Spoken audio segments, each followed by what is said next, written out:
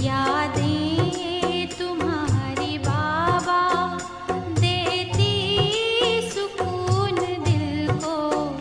यादें तुम्हारी बाबा देती सुकून दिल को।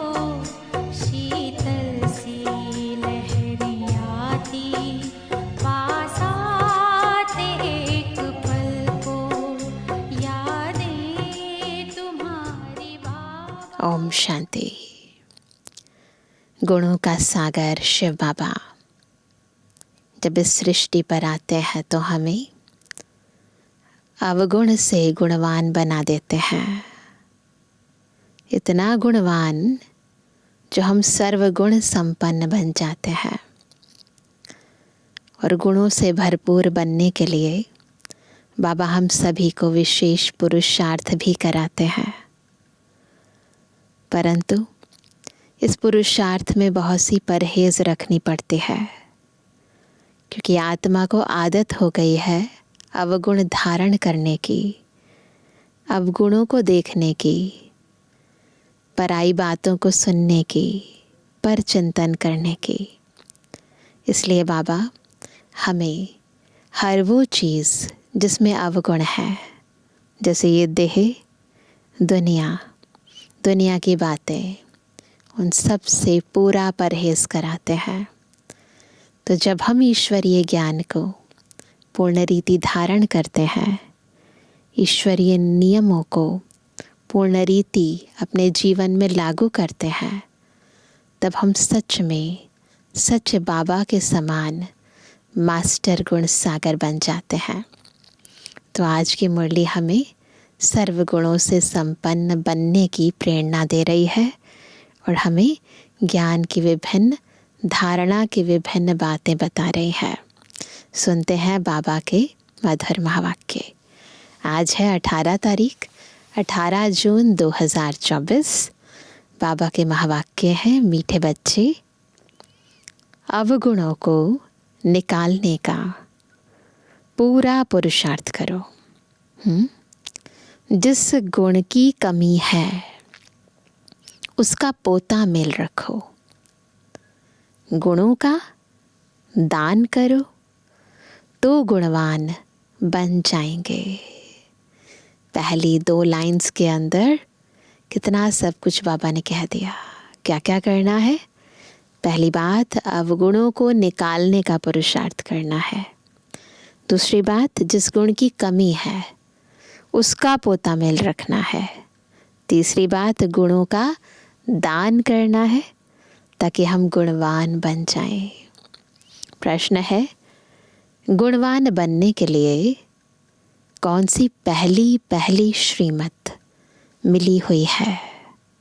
उत्तर है, मीठे बच्चे गुणवान बनना है तो पहला, किसी की भी देह को मत देखो।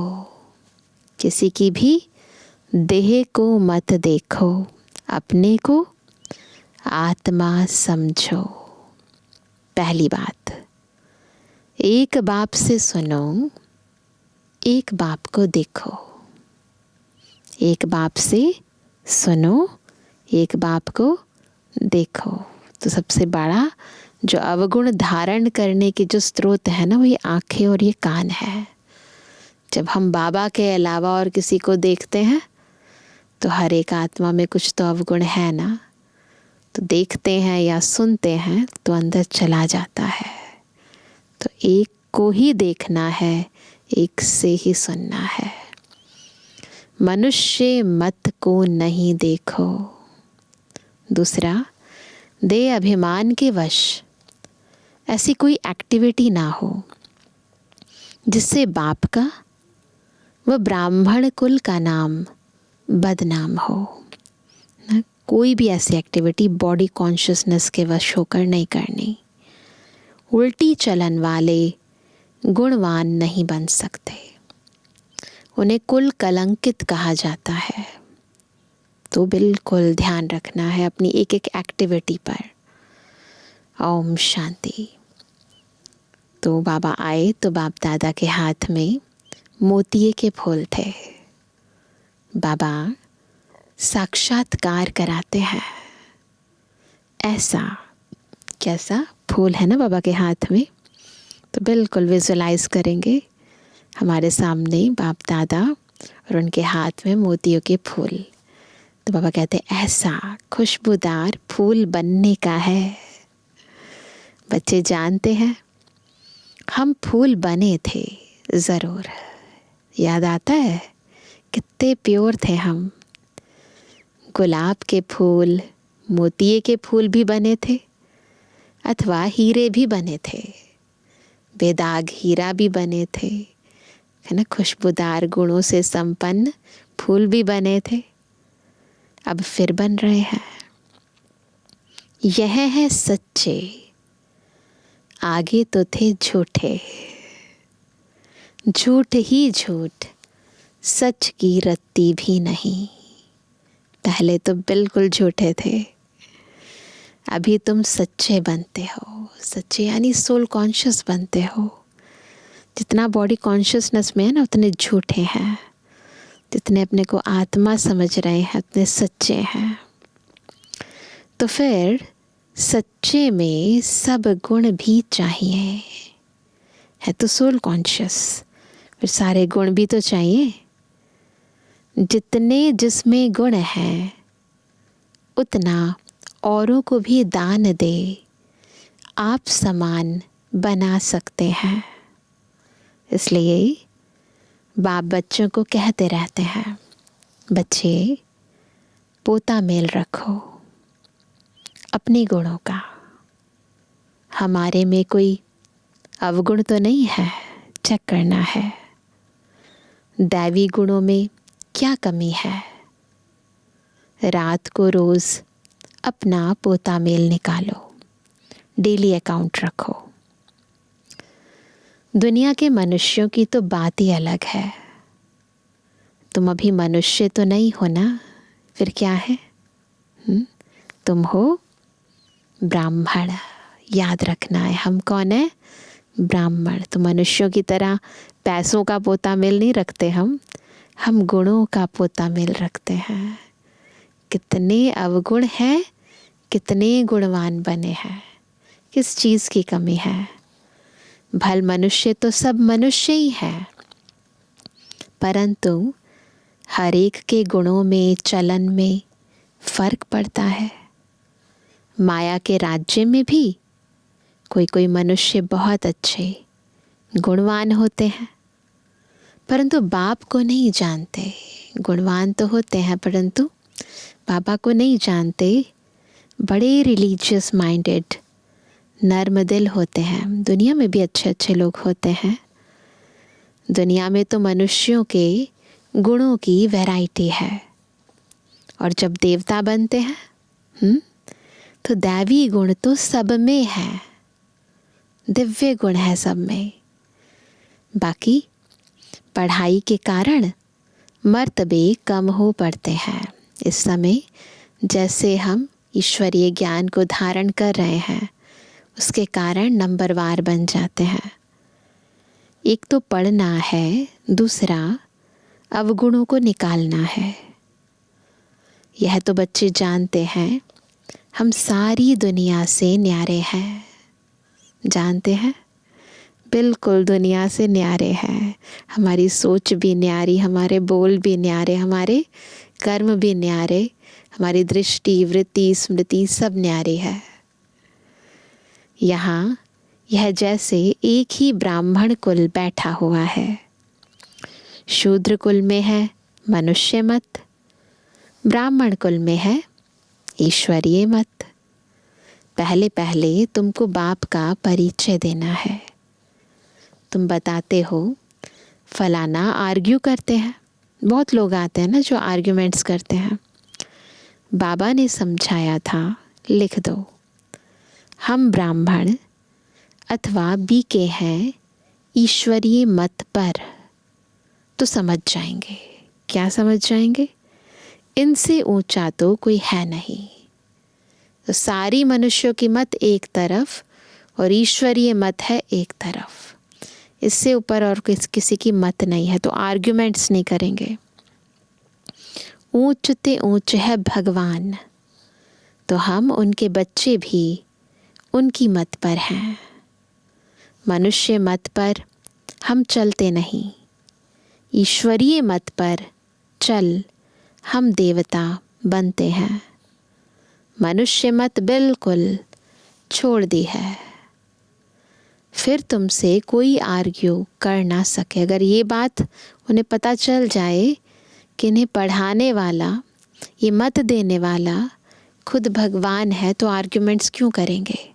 उसके ऊपर तो कुछ है नहीं ना। तो बाबा कहते हैं, कोई कहे यह कहाँ से सुना, किसने सिखाया है? तुम कहेंगे हम हैं ईश्वरीय मत पर। प्रेरणा की बात नहीं, ऐसा नहीं भगवान ने हमें ऊपर से कोई प्रेरणा दी है, नहीं, डायरेक्टली भगवान ने हमें ये ज्ञान सुनाया है। बेहद का बाप ईश्वर से हम समझे हुए हैं। बोलो, भक्ति मार्ग के शास्त्र मत पर तो हम बहुत समय चले, बहुत समय तक जैसे जैसे शास्त्रों में लिखा था उसके अनुसार ही चले हम।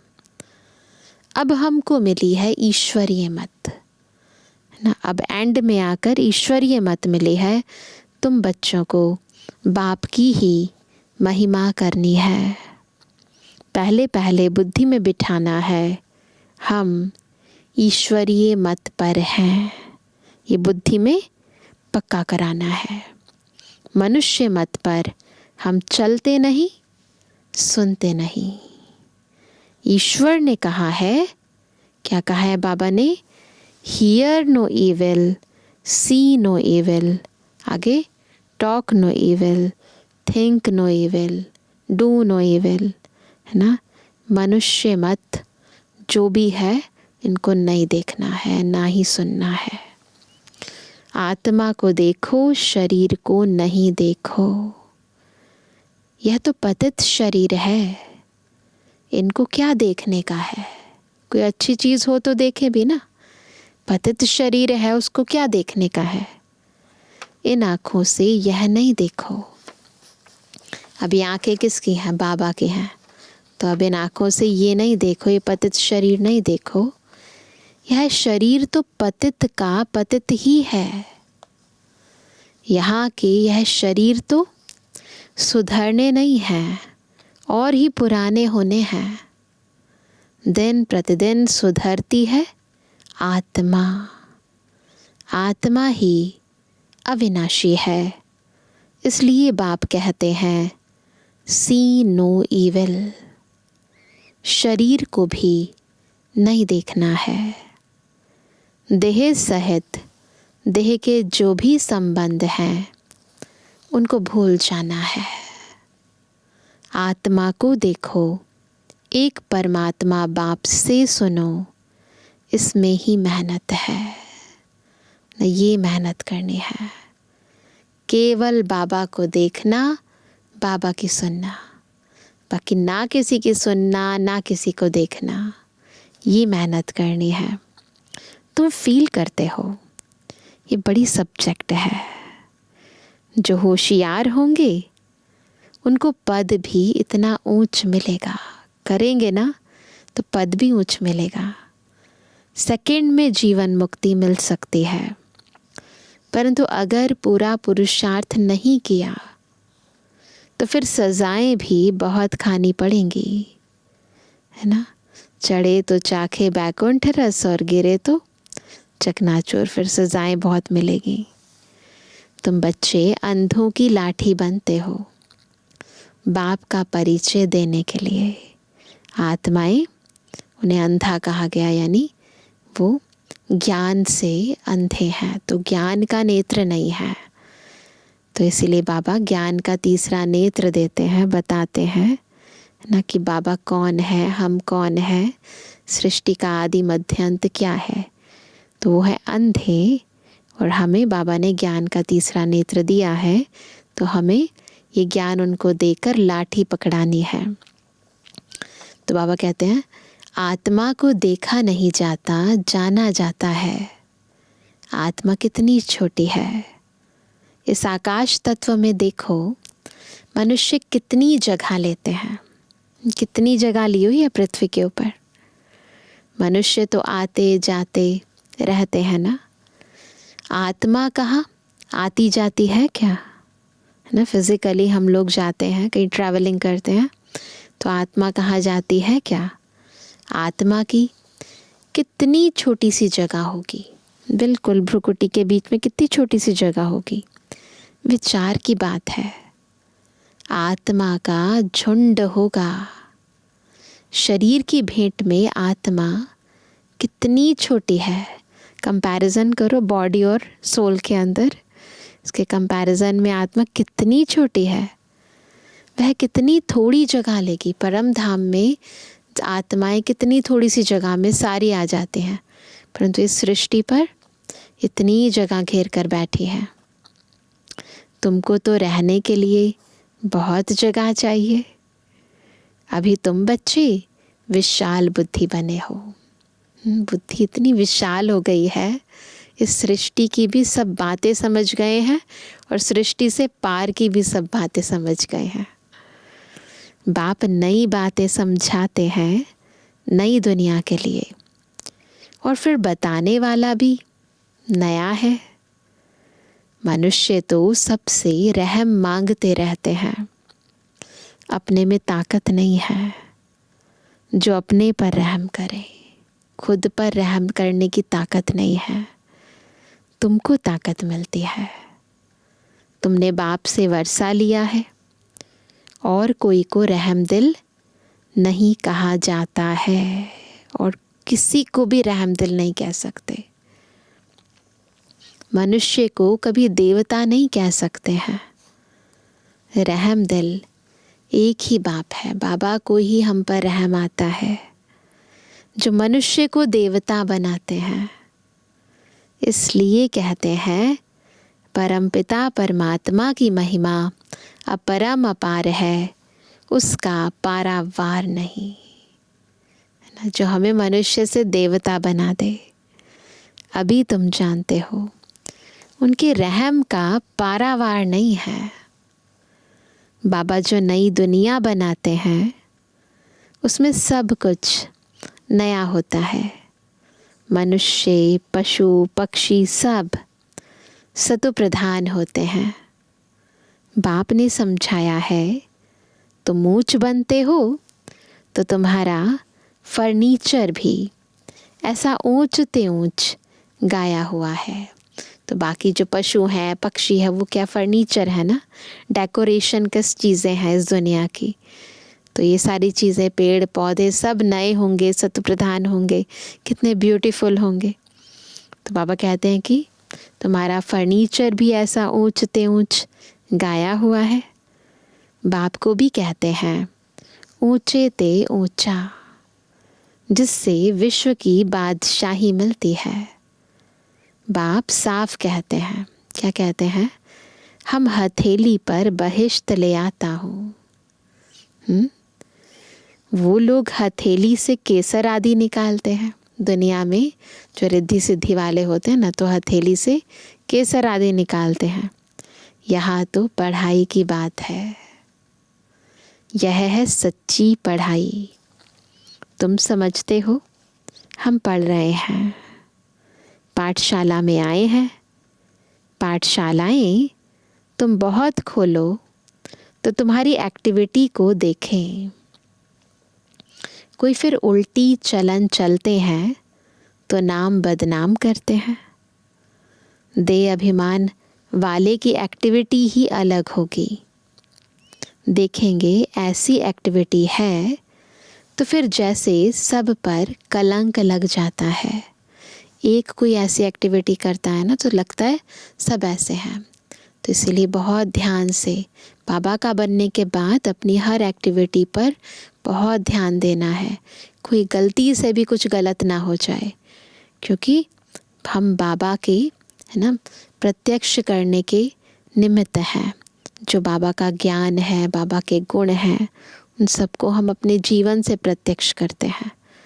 तो इसीलिए अगर हम कुछ गलत करेंगे तो नाम बदनाम बाबा का होगा। तो बाबा कहते हैं समझते हैं इनकी एक्टिविटी में तो कोई फ़र्क नहीं है, तो गोया बाप की निंदा कराई ना। पहले भी गुस्सा करते थे, अभी भी गुस्सा करते हैं, तो कहते कोई अंतर ही नहीं है, वहाँ से क्या सीखते हो। तो निंदा किसकी हुई? बाबा की हुई ना।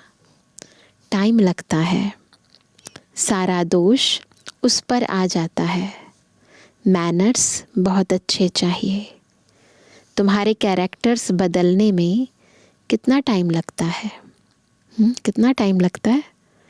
तुम समझते हो कोई कोई के कैरेक्टर्स बहुत अच्छे फर्स्ट क्लास होते हैं, वह दिखाई भी पड़ेंगे।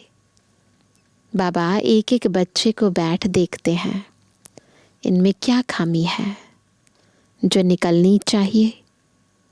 एक एक की जांच करते हैं, खामियां तो सब में है, तो बाप सबको देखते रहते हैं, रिजल्ट देखते रहते हैं। बाप का तो बच्चों पर लव रहता है ना, प्यार होता है, तो चाहते हैं कि मेरे बच्चों में कोई कमी ना रह जाए। तो बाबा नोट करते हैं, जानते हैं इनमें यह खामी है, इस कारण यह इतना ऊंच पद पा नहीं सकेंगे। अगर खामियां नहीं निकली, अगर कमियां कमज़ोरियां नहीं निकली तो बड़ा मुश्किल है। देखने से ही मालूम पड़ जाता है, बस दृष्टि ही काफ़ी है। एक दृष्टि से पता चल जाता है कि आत्मा के अंदर की सृष्टि क्या है। यह तो जानते हैं अभी टाइम पड़ा है ना। उस समय की मुरली है तो उस समय टाइम पड़ा था, अभी टाइम नहीं है। एक एक की जांच करते बाप की नज़र एक एक के गुणों पर पड़ेगी। पूछेंगे तुम्हारे में कोई अवगुण तो नहीं है? बाबा के आगे तो सच बता देते हैं। कोई कोई को दे अभिमान रहता है तो नहीं बताते हैं। बताने के लिए उसके लिए भी देही अभिमानी स्थिति चाहिए। अगर बॉडी कॉन्शियसनेस में है तो अपने अवगुण छुपाएंगे और गुण बताएंगे, परंतु यदि सोल कॉन्शियस हैं तो बाबा के समक्ष बिल्कुल स्पष्ट तरीके से बता देंगे। तो बाबा कहते हैं, बाप तो कहते रहते हैं आपे ही जो करे सो देवता, कहने से करे वह मनुष्य, जो कहने से भी ना करे उसके आगे डैश लगा देते हैं। बाबा उनके लिए कुछ नहीं कहते। बाबा कहते रहते हैं जो भी खामियां हैं, जो भी खामियां हैं इस जन्म की, वह बाप के आगे आप ही बताओ, खुद बताओ, है ना। ऐसा नहीं है कि बाबा पूछे फिर बताओ। जो अपने आप बताएंगे तो बाबा कहते हैं वो देवता है, वे जो कहने से बताएंगे वो मनुष्य है, वे जो कहने से भी नहीं बताएंगे तो बाबा कहते हैं कि अपने आप बतानी है कि हमारे में क्या क्या कमियां हैं। तो बाबा कह देते हैं, बाबा तो सबको कह देते हैं खामियां सर्जन को बतानी चाहिए। शरीर की बीमारी नहीं, अंदर की बीमारी बतानी है। आत्मा में कौन सी बीमारियां हैं वो बतानी है। तुम्हारे पास अंदर में क्या क्या आसुरी ख्यालात रहते हैं, तो इस पर बाबा समझाएंगे, बताएंगे तब तो समझाएंगे ना। इस हालत में तुम इतना ऊंच पद नहीं पा सकेंगे जब तक अवगुण निकले। अवगुण बहुत निंदा कराते हैं, मनुष्यों को वहम पड़ता है, भगवान इनको पढ़ाते हैं। अगर ऐसी कोई कमियां कमज़ोरियां होती हैं तो उनको देखते हैं और फिर अगर वो बोले कि हमें भगवान पढ़ाते हैं तो कोई मानेगा? भगवान तो नाम रूप से न्यारा है, सर्वव्यापी है, वह कैसे इनको पढ़ाएंगे? इनकी चलन कैसी है? अगर कुछ बहुत बड़ा परिवर्तन आता है ना, तब लोग अपने आप पूछते हैं कि भाई आपने कैसे ये परिवर्तन किया। फिर अगर बताएंगे कि परमात्मा ने कराया तो मान जाएंगे, परंतु यदि बदलते नहीं हैं और फिर बताएंगे तो कौन मानेगा? तो बाबा कहते हैं यह तो बाप जानते हैं तुम्हारे गुण कैसे फर्स्ट क्लास होने चाहिए। अवगुण छुपा देंगे तो कोई को इतना तीर नहीं लगेगा। इसलिए जितना हो सके अपने में अवगुण जो हैं उनको निकालते जाओ। जितना हो सके अवगुणों को निकालते जाओ। नोट करो, हमारे में यह खामी है तो दिल अंदर में खाएगी। घाटा पड़ता है तो दिल खाती है। व्यापारी लोग अपना खाता रोज निकालते हैं। आज कितना फायदा हुआ, रोज का खाता देखते हैं। यह बाप भी कहते हैं रोज अपनी चाल देखो। ये वाली चाल नहीं, बुद्धि की चाल देखो, नहीं तो अपना नुकसान कर देंगे। बाप की पत यानी इज्जत गवा देंगे। अगर चाल चलन नहीं सुधारते, व्यवहार में परिवर्तन नहीं आया तो बाबा की इज्जत गवा देंगे। गुरु की निंदा कराने वाले ठोर ना पाए। देह अभिमानी ठोर नहीं पा सकेंगे। देही अभिमानी अच्छी ठोर पाएंगे। देही अभिमानी बनने के लिए ही सब पुरुषार्थ करते हैं।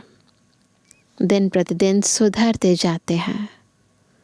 देह अभिमान से जो कर्तव्य होते हैं उनको काटते रहना है।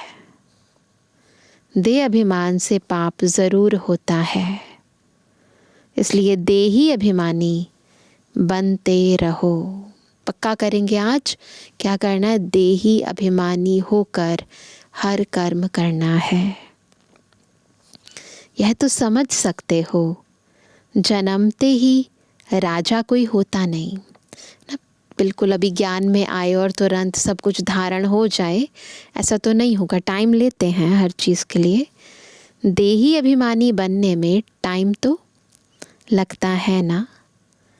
यह भी तुम समझते हो, अभी हमको वापस जाना है। बुद्धि में रहे हमको वापस जाना है। बाबा के पास बच्चे आते हैं, कोई 6 मास बाद आते, कोई 8 मास बाद भी आते हैं। तो बाबा देखते हैं इतने समय में क्या उन्नति हुई है। साकार बाबा तो देखते थे, अभी हमें खुद ही ज्ञान के दर्पण में देखना है खुद को। बाबा ने हमें सब कुछ बता दिया है, सही क्या है गलत क्या है। तो बस उस दर्पण में देखो, मुखड़ा देखो कि हमारे में क्या क्या कमियां हैं, और बस फिर उसको देखते हुए चेक और चेंज करते जाओ। और साथ ही ब्रह्मा बाबा का साकार जीवन जो था है ना, वो हमारे सामने एक दर्पण की तरह है। तो उससे टैली करते जाओ। अपने आप अवगुण निकलते जाएंगे, गुणवान बनते जाएंगे। तो बाबा कहते हैं दिन प्रतिदिन कुछ सुधरते रहते हैं। तो बाबा चेक करते थे, चाहे 6 मास बाद आए, चाहे 8 मास बाद आए, दिन प्रतिदिन कुछ सुधरते रहते हैं या कुछ दाल में काला है। कोई चलते चलते पढ़ाई छोड़ देते हैं। बाबा कहते हैं यह क्या, भगवान तुमको पढ़ाते हैं, भगवान भगवती बनाने, ऐसी पढ़ाई तुम छोड़ देते हो। इतनी इम्पोर्टेंट पढ़ाई, जिससे इंसान देवता बन जाए, वो पढ़ रहे हो और छोड़ देते हो फिर उसे। अरे वर्ल्ड गॉड फादर पढ़ाते हैं। महत्व समझना है पढ़ाई का और पढ़ाने वाले का। इसमें एब्सेंट माया कितनी प्रबल है। फर्स्ट क्लास पढ़ाई से तुम्हारा मुख मोड़ देते हैं। बहुत हैं जो चलते रहते हैं, फिर पढ़ाई को लात मार देते हैं। यह तो तुम समझते हो। अब हमारा मुंह है स्वर्ग तरफ, बुद्धि स्वर्ग तरफ, और लात है नरक तरफ। तुम हो संगम युगी ब्राह्मण। कौन है हम? संगम युगी ब्राह्मण। यह पुरानी रावण की दुनिया है। हम आ गए हैं संगम पर, बाकी दुनिया है रावण की दुनिया में, है ना। हम वाया शांति धाम सुख धाम तरफ जाएंगे। बच्चों को यही याद रखना पड़े, याद रहे हम कौन है, संगम युगी ब्राह्मण। हम जा रहे हैं सतयुग में वाया शांति धाम और लात मार रहे हैं दुख धाम को। तो बाबा कहते हैं बच्चों को यही याद रखना पड़े, टाइम बहुत कम है, कल भी शरीर छूट सकता है, तो एवर रेडी। बाप की याद नहीं होगी तो फिर अंतकाल जो स्त्री समरे, जैसी आपकी अंतिम समय में मति होगी वैसी गति हो जाएगी। बाप समझाते तो बहुत हैं, यह सब गुप्त बातें हैं, नॉलेज भी गुप्त है। यह भी जानते हैं कल्प पहले जिसने जितना पुरुषार्थ किया है वही कर रहे हैं। ड्रामा अनुसार बाप भी कल्प पहले मुआफिक समझाते रहते हैं, इसमें फ़र्क नहीं पड़ सकता है। बाप को याद करते रहो तो तुम्हारे विकर्म विनाश होते जाएं, सज़ा नहीं खानी चाहिए, है ना। याद से विनाश कर लो विकर्मों को, सज़ा नहीं खानी पड़े ना। बाप के सामने सजाएं बैठ खाएंगे तो बाप क्या कहेंगे, अच्छा लगेगा ना, बाबा को अच्छा लगेगा ना, बच्चों को अच्छा लगेंगे। इतना पढ़ाया बाबा ने, इतनी विधियाँ सिखाई, इतनी युक्तियाँ बताई, फिर भी ऐसे रहे तो ना शर्म आएगी ना। तुमने साक्षात्कार भी किए हैं, तो पहले बाबा ने धर्मराजपुरी के भी साक्षात्कार कराए थे दादियों को, तो तुमने साक्षात्कार भी किए हैं। उस समय माफ़ नहीं कर सकते। एग्ज़ाम के टाइम थोड़ी ना कुछ जो टीचर है कुछ बताएंगे या समझाएंगे या हेल्प करेंगे, एग्ज़ाम के टाइम कुछ नहीं होता। फिर तो जब रिज़ल्ट आ जाएगी तो फिर कुछ कर नहीं पाएंगे। तो तुमने साक्षात्कार भी किए हैं, उस समय माफ़ नहीं कर सकते। इन द्वारा बाप पढ़ाते हैं तो इनका ही साक्षात्कार होगा। तो धर्मराज के रूप में ब्रह्मा बाबा नजर आएंगे, इन द्वारा वहाँ भी समझाते रहेंगे तुमने यह किया। फिर उस समय बहुत रोएंगे, चिल्लाएंगे, अफसोस भी करेंगे। बगैर साक्षात्कार सज़ा दे ना सकें। कहेंगे तुमको इतना पढ़ाते थे, फिर ऐसे ऐसे काम किए। तुम भी समझते हो रावण की मत पर हमने कितने पाप किए हैं। पूज्य से पुजारी बन पड़े हैं, क्या थे क्या बन गए रावण की मत से, विकारों की मत से। बाप को सर्वव्यापी कहते आए, यह तो पहले नंबर की इंसल्ट है। इसका हिसाब किताब भी बहुत है। बाप उल्हाना देते हैं, तुमने अपने को कैसे चमाट मारी है, खुद ही अपना ना अपकार किया है। भारतवासी ही कितना गिरे हैं, बाप आकर समझाते हैं। कितना गिरे हैं ये बात भी बाबा आकर समझाते हैं। अभी तुमको कितनी समझ मिली है, सो भी नंबर वार समझते हैं ड्रामा अनुसार। आगे भी ऐसे ही इस समय तक के क्लास की यह रिजल्ट थी। बाप बताएंगे तो सही ना, तो बच्चे अपनी उन्नति करते रहें। तो बाबा तो अपना फ़र्ज़ अदा करेंगे ताकि हम अपनी उन्नति करते रहें। माया ऐसी है जो देही अभिमानी रहने नहीं देती है। यह बड़ी सब्जेक्ट है। कौन सी सब्जेक्ट? देही अभिमानी होकर रहना। अपने को आत्मा समझ बाप को याद करो तो पाप भस्म हो जाएं। अच्छा, अच्छा मीठे मीठे सीखे बेजवानी बच्चों पितृवानी बाप दादा दादी जान सको प्रेम से नंबरवार प्रसाद अनुसार याद कर गुणवानी करो। रूहानी बच्चों की रूहानी बाप दादा को गुड मॉर्निंग, नमस्ते नमस्ते नमस्ते। धारणा के लिए मुख्य सार। पहला, देह अभिमान में आने से पाप जरूर होते हैं।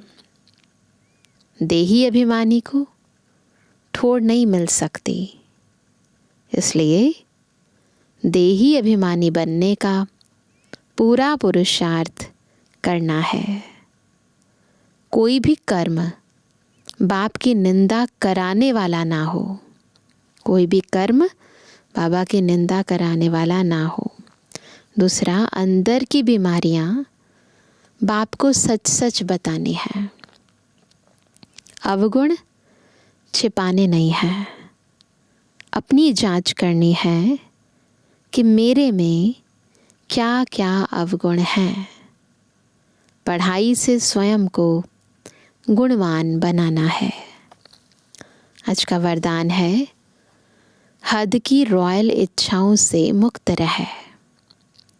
सेवा करने वाले निस्वार्थ सेवाधारी भव। कौन है निस्वार्थ सेवाधारी? जो हद की रॉयल इच्छाओं से मुक्त होकर सेवा करता है। जिसे ब्रह्मा बाप ने कर्म के बंधन से मुक्त न्यारे बनने का सबूत दिया। सिवाय सेवा के, स्नेह के और कोई बंधन नहीं। सेवा में जो हद की रॉयल इच्छाएं होती हैं, वह भी हिसाब किताब के बंधन में बांधती हैं। सच्चे सेवाधारी इस हिसाब किताब से भी मुक्त रहते हैं। जैसे देह का बंधन देह के संबंध का बंधन है, ऐसे सेवा में स्वार्थ, सेवा कर रहे हैं उसमें स्वार्थ आ गया, ये भी बंधन है।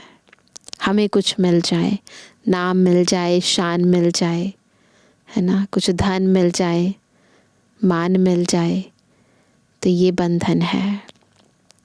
इस बंधन से वह रॉयल हिसाब किताब से भी मुक्त निस्वार्थ सेवाधारी बनो। सेवा मतलब सेवा, सेवा यानी देना, कुछ लेने की इच्छा नहीं होनी चाहिए। स्लोगन है, वायदों को फाइल में नहीं रखो। बहुत वायदे करते हैं ना बाबा से, तो उनकी फाइलें नहीं बनानी है, फाइनल बन कर दिखाओ। केवल प्रॉमिस नहीं करना है, बाबा ये करेंगे करके दिखाना है, फाइनल बन कर दिखाओ। अच्छा, तो आज विशेष देही अभिमानी स्थिति का अभ्यास करेंगे, क्योंकि यही बहुत बड़ा चैलेंज है। इसके कारण ही, न देह अभिमान के कारण ही आत्मा बाबा की निंदा कराती है। इसलिए देही अभिमानी स्थिति का अभ्यास करेंगे, ताकि हमसे गलती से भी कुछ गलत ना हो, जिससे बाबा की निंदा हो। बिल्कुल आत्मिक स्थिति में स्थित होकर बाबा की याद में रहकर हर काम करेंगे। अच्छा, ओम शांति।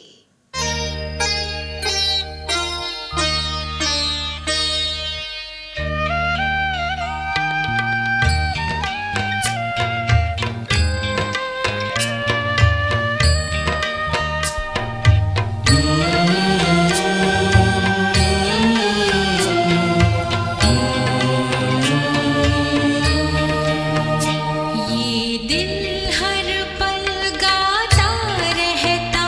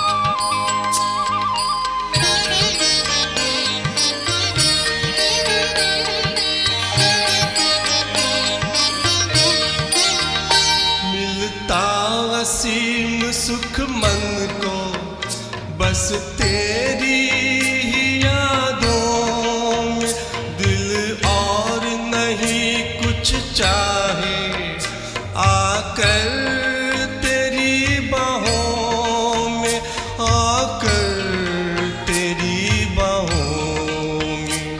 अब तो तुझ पर बलिहार है जीवन ये सारा ओ बाबा।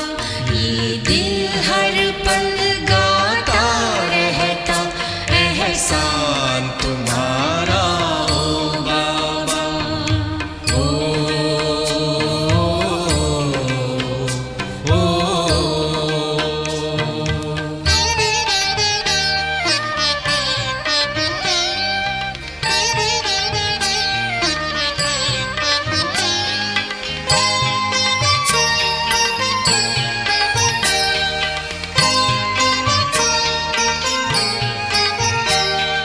परम धाम से आकर हमें क्या से क्या बनाया। सद्ज्ञान के हीरे मोती दे हमको खूब सजाया, दे हमको खूब सजाया। शब्दों में तेरे उपकार का इजहार करूं कैसे बाबा। ये दिल हर पल गाता रहता एहसान तुम्हारा ओ बाबा। बदली हमारी किस्मत पाके प्यार तुम्हारा ओ बाबा। उपकार तुम्हारा ओ बाबा, एहसान तुम्हारा